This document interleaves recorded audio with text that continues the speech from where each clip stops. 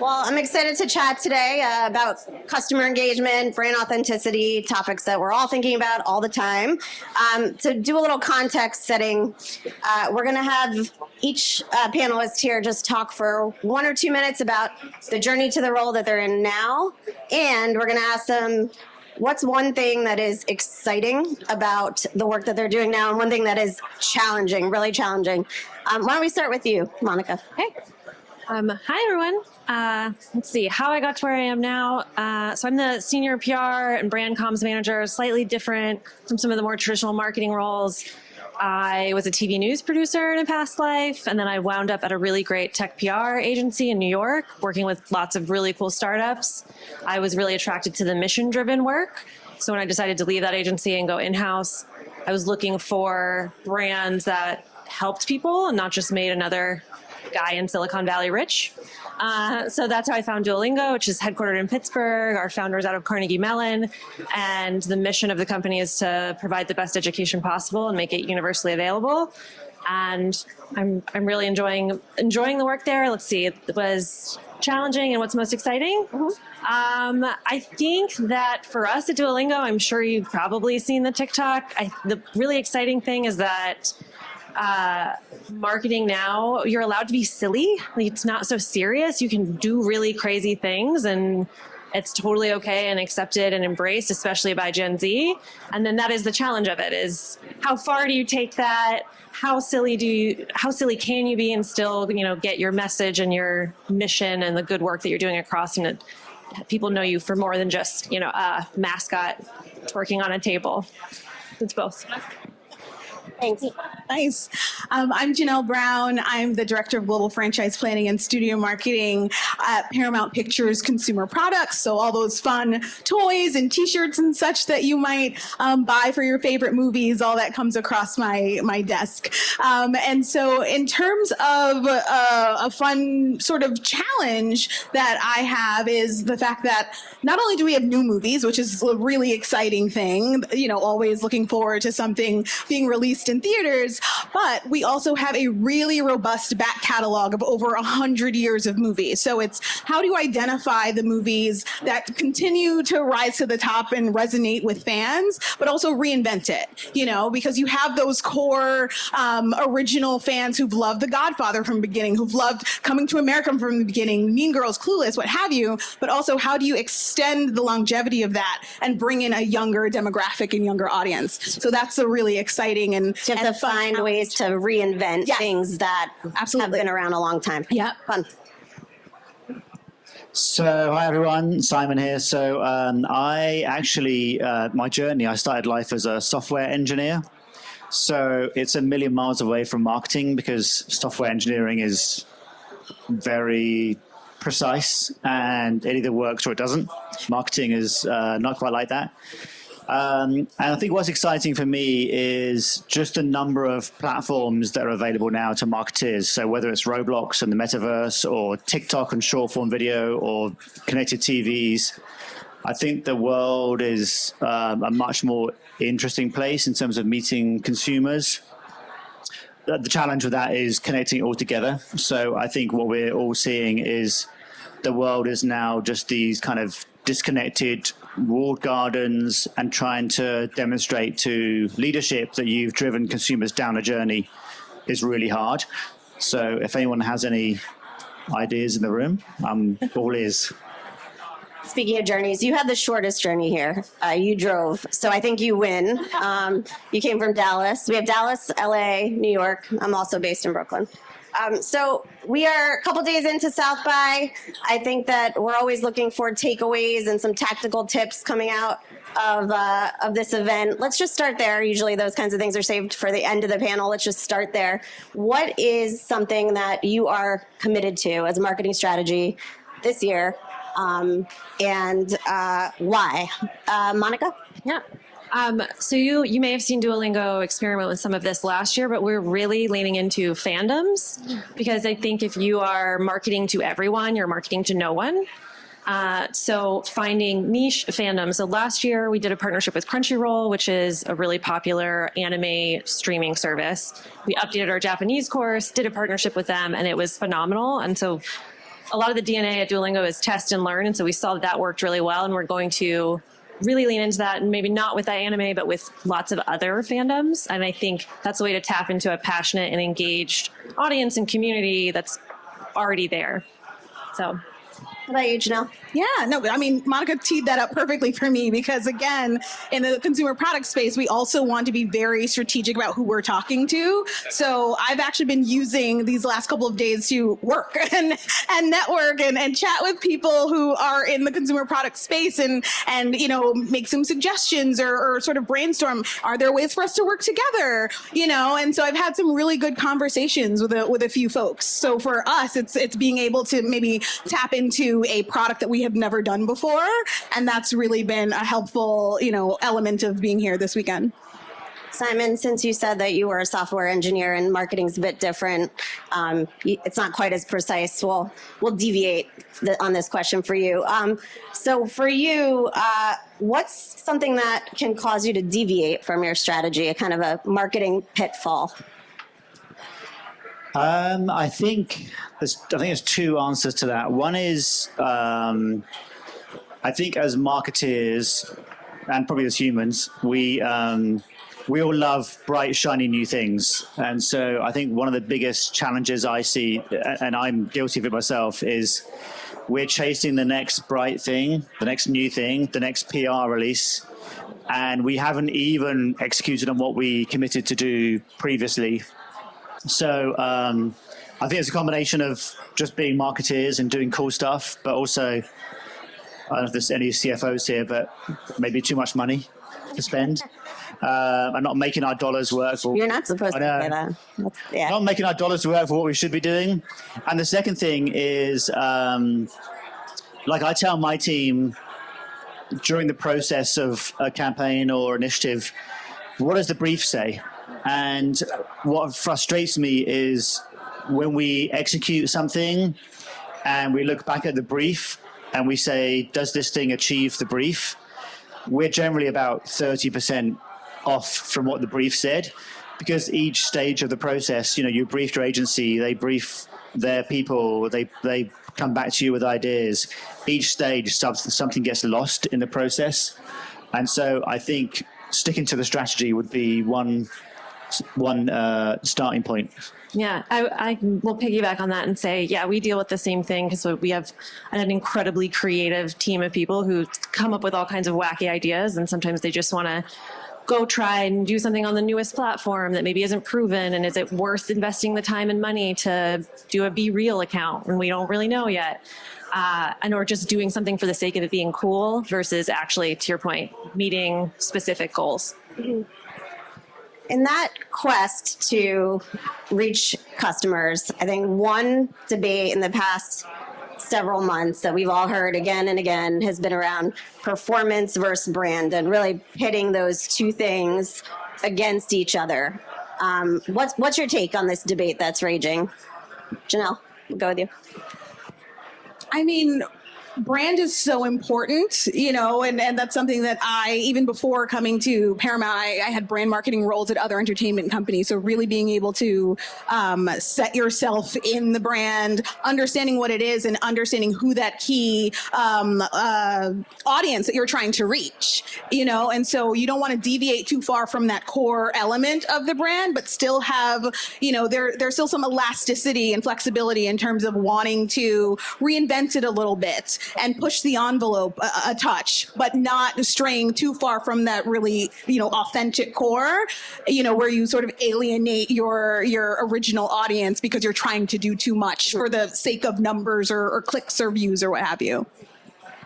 I would say at Duolingo, they're equally important. They serve two kind of different purposes. Brand building is obviously much kind of traditional marketing speak, top of the funnel, and performance is kind of that mid and lower funnel for us. And again, like the culture of A/B testing and experimenting, our performance marketing team has gotten really, really good at it and has gotten like the cost per acquisition of a new user to like ridiculously low levels, and they're constantly trying things out in different, you know, we're a global company. Our strategy and approach to performance marketing varies depending on what region you're in. And so they're both equally important for us. What did you say? I don't have an easy answer. I mean, apart from both. I think certainly in Samsung, we've had different approaches from our leadership and from our team in Korea. One approach is drive sales and the brand will come. The second is drive the brand and sales will come. I think in our space, someone switching their phone from another brand to Samsung is a 6, 9, 12-month process. And I think to do that, you need to have people around you using your products, and you need to have a brand that people aspire to own. So I'm not sure if 50-50 is quite ambitious. For our business, we're probably more like 70-30 at this point. Can you give a little context just in terms of percentage of your market share globally so folks understand? Yeah, so Samsung is the number one brand for smartphones globally. In the US, we're number 2, but not far behind the number 1. Our goal is to be number 1 within the next couple of years. No pressure. Okay. So let's talk about a couple of fun things that are pretty inherent to the topic at hand with customer engagement and brand authenticity. Partnerships is one of them. Partnerships continue to dominate. There was an article in Forbes last year. The lead of the article was Weird Works, and it was recounting collaborations like Slurpee sneakers. And we've all probably seen a lot of examples of these things. I know some of the ones that have stood out to me are Ralph Lauren and Fortnite and Gucci and MLB. One of my personal favorites was the Velveeta cheese-scented nail polish collaboration with Nails Inc. that was very popular. And actually we heard on the panel just before this, Jack in the Box cleverly partnered up with Ryan Reynolds. They have a mint milkshake, and so they created a mint mobile milkshake. There's a lot of these examples, and I'm just wondering, has a trend jumped the shark? Like, are we just seeing this kind of desire for unexpected partnerships just for the sake of it? What do you think? Monica? Yeah, I Duolingo is known for kind of the unhinged, unexpected, and at this point, I don't know what else we can make this owl do that will surprise anyone. But yeah, I think for us, when it comes to partnerships, again, leaning back into fandoms and niche audiences, that's where you'll see us go versus just something that is really unexpected for the sake of being unexpected. I don't think the trend has totally jumped the shark. I want Velveeta ice cream. I'm into it. I think we can have fun and be silly, and I like it. Yeah, and I would say that these products are made for the fans, right? If you want that cheese-scented nail polish, you probably love to do your nails or really into nails and also wanted to try something a little bit extra. For us in the consumer product space, we're always trying to push the envelope a little bit. And sometimes you do find things that really resonate with the fans. I'm sure some of you have been aware of this new popcorn bucket trend that's happening in cinema concession space. Mm-hmm. So for us at Paramount, we had a couple that went viral. There was the Ghostface popcorn bucket that came out with Scream 6 last year, where people were posting on TikTok about it and reselling it for hundreds of dollars. And even earlier this year, when popcorn buckets used, or are they new? No, they're new. They're new. Yeah. They're new. You can just purchase them. If you want to put popcorn in it, you can. But you can just purchase them. A collectible, from your local theater, distributor. And for us, the more recent example, Mean Girls had a tin burn book popcorn bucket that went viral. I was even struggling to get a sample at work. I was like, can I get one, please? Because they were selling out everywhere. And then for those of you, that's not our movie, but I'm sure you may have seen the Dune popcorn bucket went viral for some very interesting reasons. But again, people were really excited, and it's the fans who are going online, posting about it, making it go viral. So they like things that are a little bit different. And so you are being able to lean into the fandom and really address those needs. And then it goes viral for you, and that helps your case and your brand in general. So you think we'll continue to see a lot of these unexpected collabs pop up? I hope so. What does true partnership look like, do you think? I think it comes back to the question around brand versus sales. So I think there are partnerships that drive buzz, drive PR, drive consumer awareness of your brand and make you look cool. And I think they're cool. I think partnerships that are long-term partnerships, I think are really hard, in my opinion, because again, it comes back to people, like the press release goes live, the two companies get together and their teams start collaborating. And after a month or two, everyone moves on to the next thing. And so I think my lesson from running partnerships is they're just really hard. And unless you're really invested and have the right team on both sides, you're probably not going to drive as effective results as you thought you were. Not to be a negative person, but it's so true. I think both it has to be mutually beneficial, and both sides have to be equally invested and allocate similar amount of resources. You can see when a partnership is like your one brand, it's dragging the other along. You can tell. And yeah, it's not always easy to get both. Everyone has different goals to accomplish. So I totally agree with that. A lot of these partnerships are cropping up, of course, on TikTok.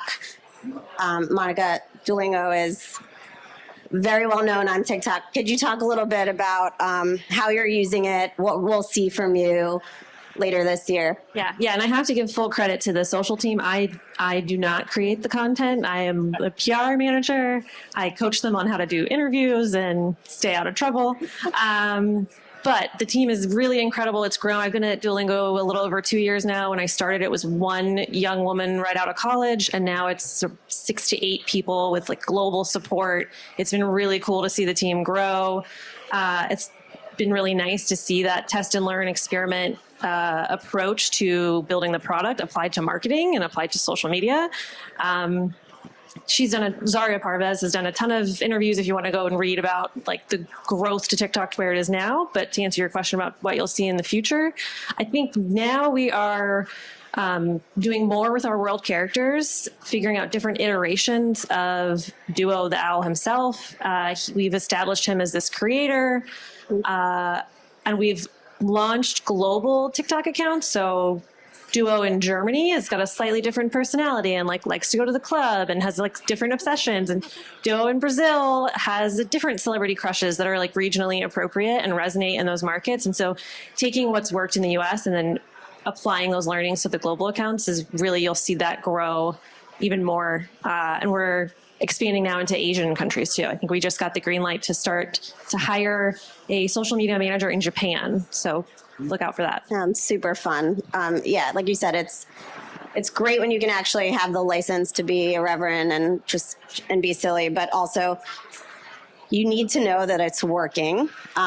So for both of you, really, I'll ask you, how are you listening and tracking engagement with your brands on social? Yeah, for us, what's nice is when a product goes out, and especially as we partner with the social team at the studio, who've been such lovely, wonderful partners, fans will engage. They'll comment on what's happening. And I think something that they were really excited about was back in November, we did a Mean Girls Walmart Black Friday campaign with the original cast, and people were loving it. And everybody in the comments, and they were super excited, and then there is a new movie coming out, and is the cast in it, and just being able to really take that immediate temperature of your audience, of your fans. I think social has been something that's been really helpful for us to get that real-time engagement and real-time reaction. So that's been something that has been really beneficial. Yeah, I mean, a lot of, if I talk about our influencers, the role of influencers for Samsung is to drive consideration. Our owned channels, their role is to drive conversion, but Sure. influencers for us is consideration. Sure. And so the challenge we get all the time is, and the challenge we give our agency is engagements, likes, impressions, shares, comments is all great, but show me how this is driving consideration. And the only answer we found so far to measure that is to do our own brand lift studies. So we find an audience or we find a subset of the audience of our influencers. We survey them every quarter, and we measure brand consideration, purchase intent, and brand attribute lifts. But coming back to my point earlier, like we would love the platforms to do that for us, but they're disparate. They have walled gardens.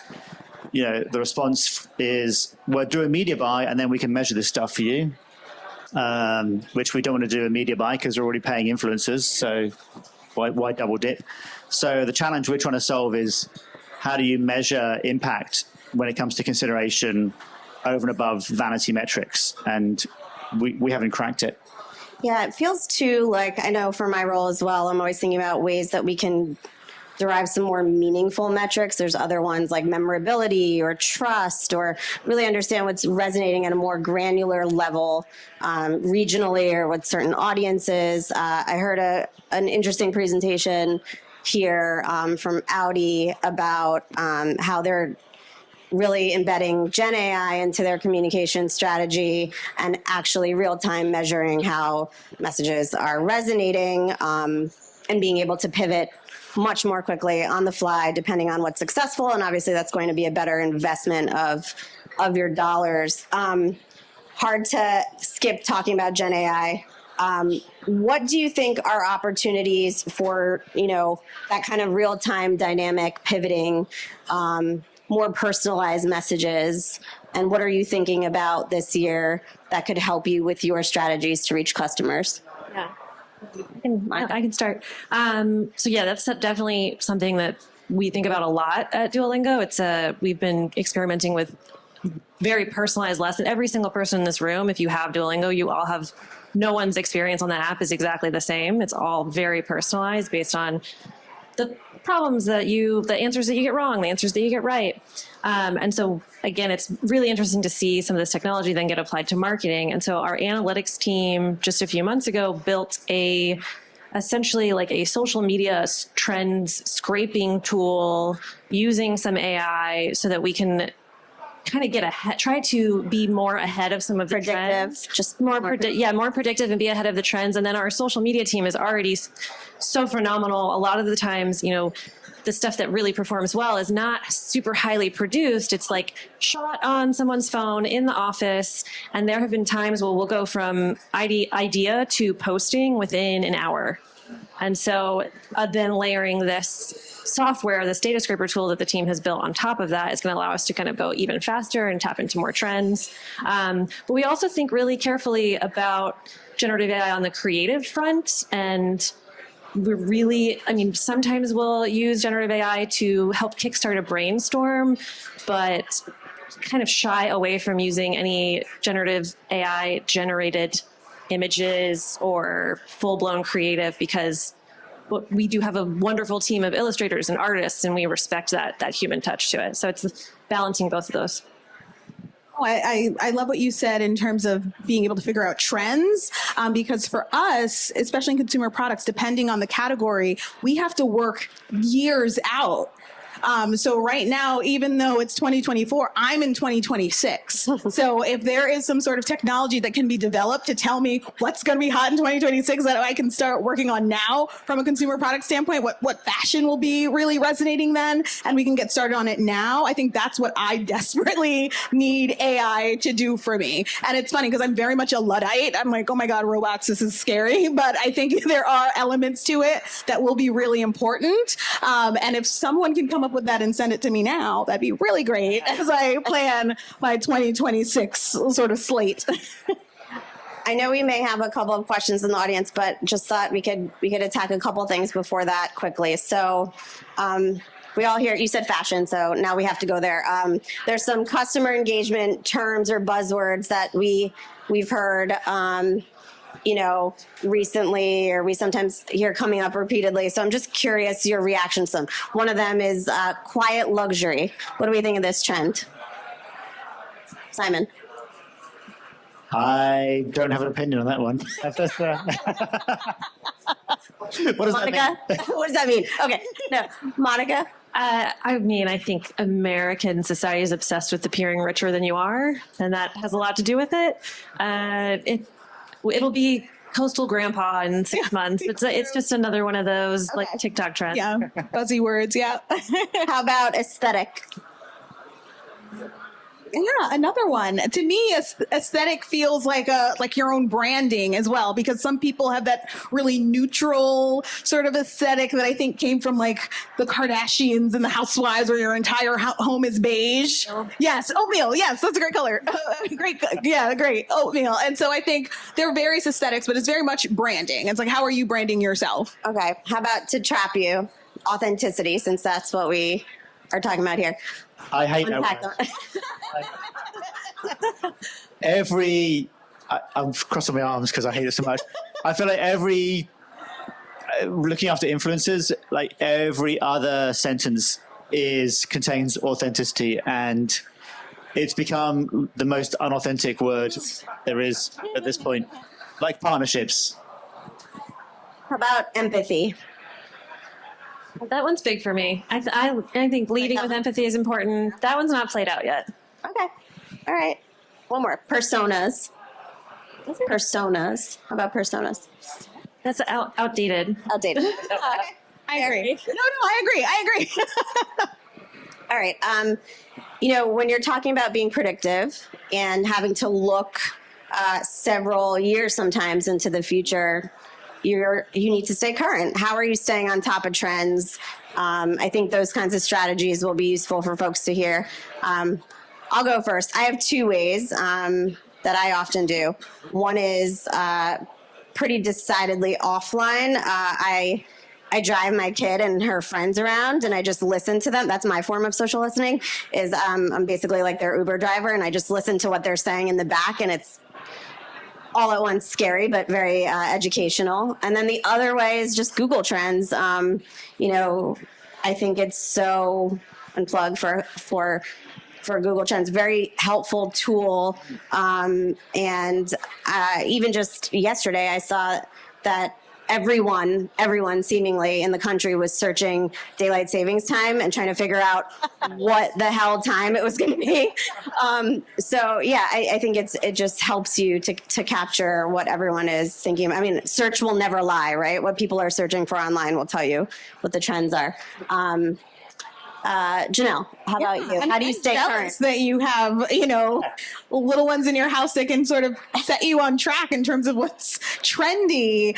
I'm still very much old school, like social media. TikTok especially is really on it. And I'm curious to know, what's the next TikTok? I'm sure it's already percolating, but that will be the next one to really sort of set the trends and let us know what's hip and cool and really relevant. And then, not to get too, old school from a work standpoint, but the research team, I rely very heavily Friends on with the them. research team. That's a good tip. Yes, they are amazing. And so they're the ones who can really do the deep dive that I frankly don't have the time to, and pull out those stats to help me shape the strategy for what we need to do next. Okay. How about you, Simon? So I think we spend a lot of time with our influencers. So we get them together as often as possible, and they tell us what the trends are. But by then it can be too late. So Not the trend. Wouldn't they just tell you that they're being authentic? yeah, but I mean, trend-wise, like it's we can miss the trend sometimes. I think frankly we rely on others to spot those trends, and so again, from an influencer perspective, we brief them on our business objective and let them work it out. And their content tells us the trend because they're more in touch than we are. How about you personally? What do you read? How do you stay up on things? I have to say, I think events like this are amazing. Big. It's your first big South plug by. for Everybody, this is Simon's first South by Southwest. So, woo! I think, for me personally, we're just so heads down, day in, day out with the business. It's really hard to take time and get out and see what others are doing. So I think I was listening to one of the speakers from Kraft yesterday, which has already given me 3 ideas to go back to the office with. Okay. How about you, Monica? For our marketing team, it is a lot of social listening. And you'll see we kind of have this flywheel of if our community on social asks for something enough, we'll do it as whatever it is, as crazy as it is. And then for me personally, my role is like quite different from the rest of the marketing team. So I read a lot of news. I read a ton of newsletters. I'm the crazy person that listens to the news podcasts on like 2x speed so that I can get through more of them on my way to work. And yeah, just consuming a lot of news because I work with so many reporters. So Great. Are there any questions from the audience? So, question for Simon. How has the world of influencer marketing changed over the last couple of years, both from how you plan and then also the deal structures that are out there? What are because obviously it just skyrocketed in popularity and as such a need. Love to hear where you think things have changed over the last few years. It's a good question. I was on a panel yesterday, and one of my panelists said that he thought influencer marketing was dying, and that it had its peak and it's on the way out. I think the opposite. I think it's only just getting started. I don't think there's a brand doing really good influencer marketing today. I think there are brands that do portions. But like putting it all together into a single strategy, I've not seen anybody do.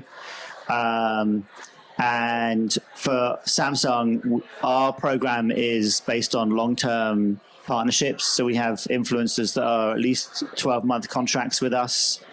They're exclusive to Samsung. As I say, we give them the briefs and ask them to work out how to achieve the objective. And kind of deal structure-wise, as I say, we have long-term contracts, which I think helps the deal, helps the cost, helps us manage the influencer. But I think we've only just started. I mean, measurement is the big piece I mentioned. But that doesn't exist today, an industry measurement tool for influence. And so again, if somebody has a tool for measuring influence, over and above impressions and clicks, I would love to hear it. Great discussion. You talked, Simon, you said about, you pay your influencers so you don't want to pay for a media buy, but obviously there are media buys. How does your influencer strategies for all of you? How does influencer strategy weave into your media plan? I don't know if you guys want to talk about influencers as well, but for us, today our influencers, their job is to influence their audiences. And if we find a really good piece of content, we might put it into paid or social, but they're different purposes for the content for us. yeah, and Duolingo's approach, social first approach to marketing is entertaining first, not selling. And again, it's kind of that very top of funnel brand awareness for us. And our work with influencers is a lot more campaign based, like a 12-month contract. We've never done that. It's very short partnerships for like a specific moment in time. I think the longest I can think of is maybe a quarter, 3 months. So it's just very different styles of marketing. Yeah, likewise, because a lot of my projects are either a movie that's coming out imminently, and so it'll be a shorter time frame. And for us, it's really supporting the larger campaign. So it's having our licensees provide products for a seating kit or something. Or there are times where our licensees will do their own sort of influencer campaign and lead that. But again, it's an in and out kind of thing for us. Let me know if there's any other questions out there. I have one, though, that I want to make sure to ask. It's hard to talk about this topic of customer engagement without talking about trust. I know we're talking about influencing and reaching customers, but ultimately what you're also talking about is really building trust. Brands like Duolingo, too, is that just over time, you really want to ensure that that's something that your customers are taking away. How do you build trust with audiences? Broad. Start. I mean, as someone who works on brands that have been around for decades, the Godfather is 52 years old and we're still, supporting it. It's making sure, and something I said earlier, that, we're able to create product that feels authentic and genuine to the brand. And so there have been times where we may have a pitch for us, for a certain, IP or title, and the product just doesn't make sense. And we know we cannot move forward with that because our fans will be like, why are you doing this? Like, it's so far fetched from the core of that IP. So I think really being the steward of that brand and protecting it helps build trust with our audience who will come back for another 50 years and continue to love and watch the movie, but also engage with it from a consumer product standpoint. It can be a challenging line, right? Like you have to innovate and you have to have ideas, but you can't go too far. Yeah, right. Exactly. Yeah. I think for Duolingo, we're still like figuring that out. I think it helps to have a really great, fun, engaging product that people want to come back to day after day. And the retention team has built in really fun gamified and social features. And I'm sure everyone's gotten an annoying push notification about why they haven't done their lesson. So we've also have been experimenting with, our TikTok is crazy and unhinged, but we're doing more on LinkedIn and other platforms where our brand personality is a little bit different because the way you would talk to coworkers at work is probably different than how you talk to your friends at a party. And so I think it's still having the core of the brand stay true and meet the mission and be fun and a little quirky, but the execution of it can look a little bit different in different places, and hopefully that helps build trust. Simon? I think for us, for me, I should say, my team, I think it's showing up in the right places a lot of time.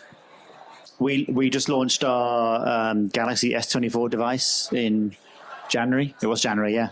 And so, we spent 6 months planning for that launch and planning partnerships and channels. And there are obvious places, obvious channels and partnerships where we weren't in the right place. And you see consumers reacting to it. I mean, literally saying, why is Samsung here?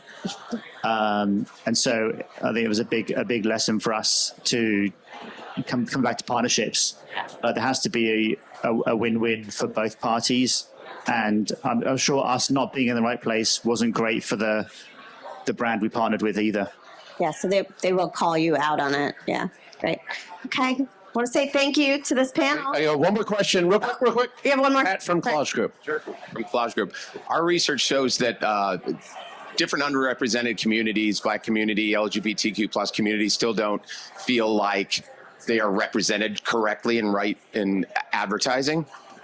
This panel is about consumer engagement, the future of brand authenticity. I'm curious to know what the panel thinks about that and how you show up with an influencer in partnership, and whether you have conversations about those different communities, LGBTQ plus, race and ethnicity, and how you approach that with influencers and partners. Yeah, I can jump in on that one. For us, especially when we get to the marketing of our product, we try to be very clear with that partner in that kickoff meeting to say, hey, if you're working with influencers or even the models that you're using in your campaigns, we need diversity, in race and ethnicity, in body shape and capability, just so that we are very much representing all of our fans. Everyone's a movie fan, right? Everyone's a consumer products fan and will buy things. So we have to make sure that people don't get too stuck or focused on what the cast may look like versus who the fans are. And so that's something that we are very adamant about. And then in the same vein, in terms of the actual vendors we use, there is an initiative about bringing in more diverse vendors. And so our teams have been very actively pursuing, women of color, people of color, LGBTQ, AI plus vendors and licensees to make sure that the product that we bring in that has our branding on it is that, authentic and genuine as well. I mean, for Duolingo, there's same-sex couple content in the lessons, which I get hateful emails about probably at least once a week. But I can just delete those. It's fine. But I mean, it's that level of diversity is really ingrained in our marketing team. We have quite a diverse team. We just did a campaign in February where we took the owl suit to Vegas and dressed him up like Elvis and had him actually marry people as like an ordained owl. And one of those couples was a same-sex couple. And there was never like let's go get a LGBTQ couple for this campaign. It's just kind of part of the ethos. I mean, our marketing team is like wildly diverse. It's wonderful to work with. Like I said, when I started at Duolingo, it was, one first generation immigrant Pakistani young woman right out of college, and it's been so cool to work with her. Sorry, instead of a really old white guy doing social media. So I just think like the marketing team itself is diverse, and so it's not something that we have to so consciously think about. It just sort of comes naturally. That said, to your point about production, like vendors and partners, we do have a mandate in place for when we do larger productions that are, we have to hire a director and a production company for larger scale things that aren't those scrappy TikTok videos. There is a requirement internally that those vendors be, at least a percentage of them, be diverse, BIPOC, et cetera. So it's something we think about on the vendor side, but on the ideation and influencer side, it just sort of just comes naturally. So it sounds like it starts from your team. Yeah. Yeah. Great. Thank you. Rupal, thank you so much for leading this awesome conversation. Rupal, thanks. Rupal.